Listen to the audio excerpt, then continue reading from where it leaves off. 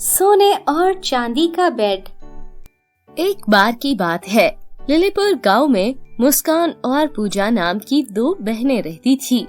उनके मामा पापा की डेथ काफी अरसा पहले हो गई थी। मुस्कान और पूजा दोनों बहनें ही बचपन से एक दूसरे का सहारा बन रही थी। मुस्कान पूजा की बड़ी बहन थी, जो ज्यादा पढ़ी लिखी नहीं थी, लेकिन फिर भी वह अपना घर चलाने के लिए, अपनी बहन की जरूरत पूरी करने के लिए एक कपड़ों की दुकान पे काम किया करती थी। मामा पापा की डेथ के बाद मुस्कान ने अपने पैसों से पूजा की पढ़ाई करवाई।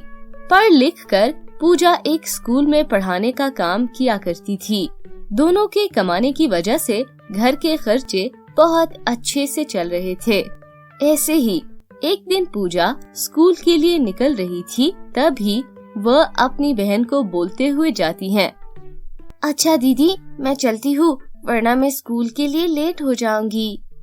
हाँ पूजा, ठीक है, तुम जाओ, लेकिन आराम से, ध्यान से जाना, अभी कुछ ज्यादा लेट नहीं हुआ है। जल्दी जल्दी के चक्कर में खुद को चोट मत लगवा लेना। ठीक है, तू जा, मेरे को भी दुकान पर जाना है, तुम अपना ध्यान रखना। फिर पूजा स्कूल पढ़ाने के लिए अपने घर से चली जाती है। मुस्कान और पूजा की आपस में बहुत ज्यादा प्यार था। पूजा को स्कूल पढ़ाने में जितने भी पैसे मिलते थे, वह सारे पैसे लेकर अपनी बहन के हाथ में रख देती थी। हर बार की तरह इस बार भी महीना पूरा हो जाने पर पूजा को उसके स्कूल से सैलरी मिलती है, तो घर आकर पूजा सारे पैसे लेकर अपनी बहन के पास जाती है और मुस्कान से बोलती है, दीदी ये लो, मुझे स्कूल से सैलरी मिली है, ये पैसे तुम अपने पास रख लो। अरे नहीं पूजा, तुम अपने पैसे अपने पास रखो। तुम हर महीने अपनी सैलरी लाकर मुझे दे देती हो, कभी तो तुम अपने पैसे रख लिया करो, और फिर तुम्हें कभी भी पैसों की जरूरत पड़े तो इससे निकाल कर तुम खर्च कर लेना। नहीं नहीं दीदी, मुझे अगर कभी भी पैसों की जरूरत पड़ेगी तो मैं आपसे मांग के काम कर लूंगी, लेकिन दीदी पैसे रखने का काम आप ही कीजिए। अच्छा ठीक है बहन, अब तुम जल्दी जल्दी से खाना खाने के लिए हाथ मुंह धोकर बैठ जाओ, क्योंकि मैंने तुम्हारे लिए खाना निकाल दिया है। इस तरह से वो दोनों बहनें अपने जीवन खुशी खुशी से बिता रही थी। फिर एक दिन जब पूजा स्कूल पढ़ाकर वापस लौट रही थी, तभी उसे रास्ते में एक लड़का रोक लेता है और उससे बोलता है, पूजा, तुम मुझे बहुत अच्छी लगती हो, क्या तुम मेरी दोस्त बनोगी? नहीं नहीं, मैं किसी को दोस्त नहीं बनाती हूँ।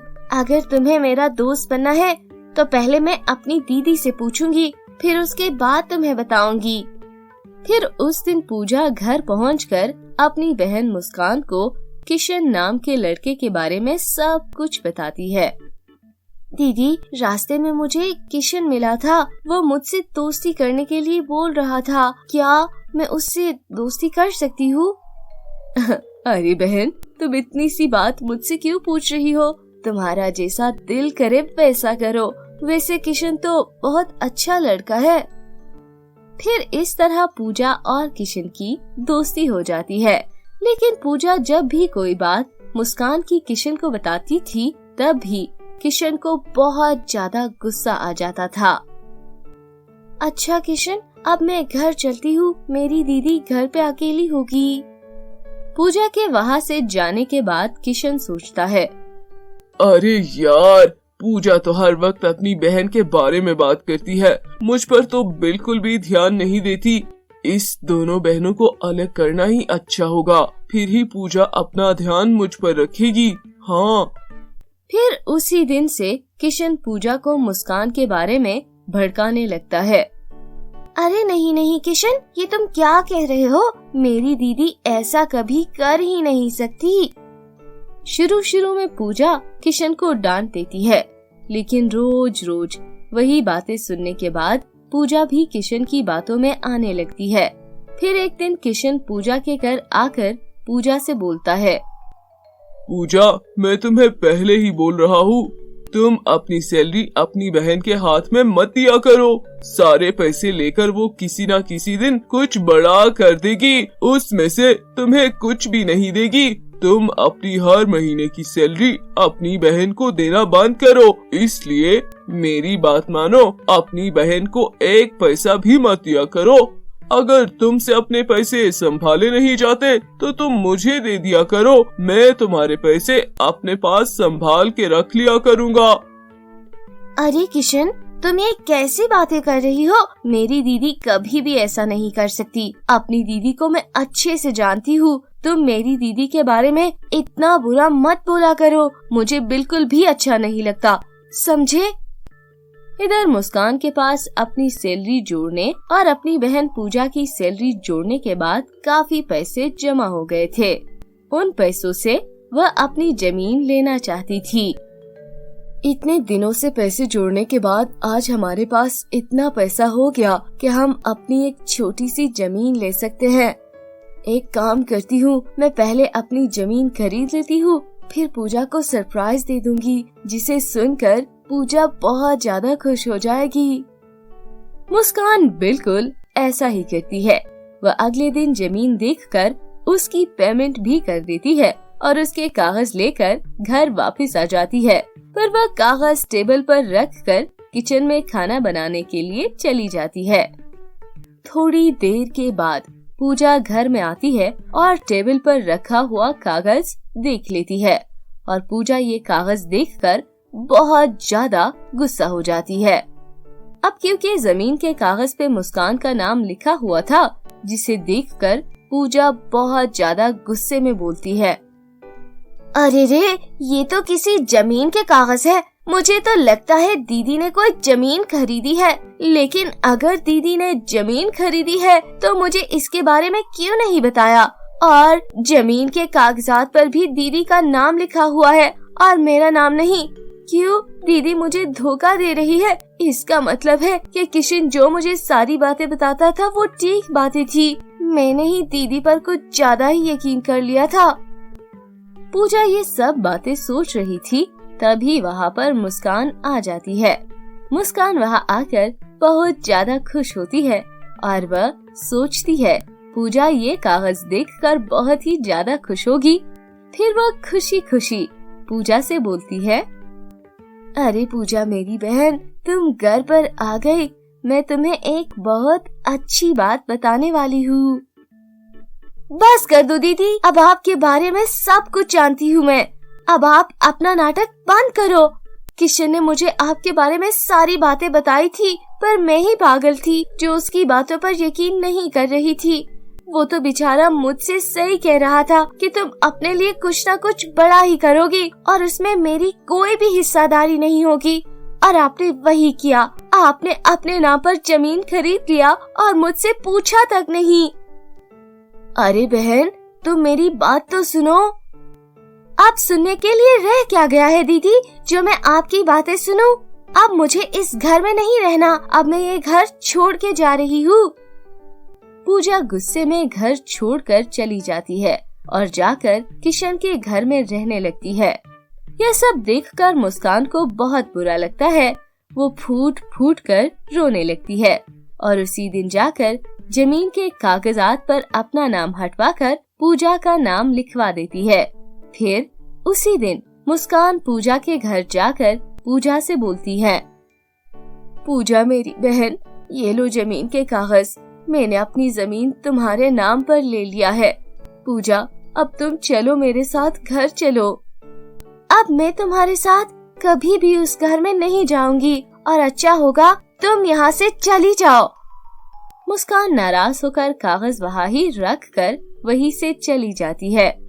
पूजा किशन के साथ ही रहती थी, लेकिन वो वापस मुस्कान के साथ अपने घर नहीं गई, जिसकी वजह से मुस्कान अपने घर में अकेली हो गई थी। फिर कुछ महीनों बाद पूजा रोते हुए अपनी बहन मुस्कान के पास वापस आती है। पूजा को आते हुए देखकर मुस्कान बहुत ज्यादा खुश हो जाती है। अरे वाह, मेरी बहन पूजा, तुम अपने घर वापस आ गई। दीदी, मुझे माफ कर दो, मुझसे बहुत बड़ी गलती हो गई थी। दीदी मुझे माफ कर दो। दीदी, जो मैं आपके खिलाफ गई, वो किशन बहुत ही गंदा लड़का है। उसने जमीन अपने नाम पर करवा ली है और मुझे भी अपने घर से निकाल दिया है। और दीदी, मुझसे जो पैसे बचे थे उसने वह भी मुझसे वापस ले लिए हैं। कोई बात नहीं बहन, अब तुम मेरे पास मेरे घर पर ही रहोगी और सारी बातों को भूल जाओ, ठीक है ना? अब चलो मेरे साथ, हम अल्लाह पाक की इबादत करते हैं। अल्लाह पाक सब ठीक कर देंगे।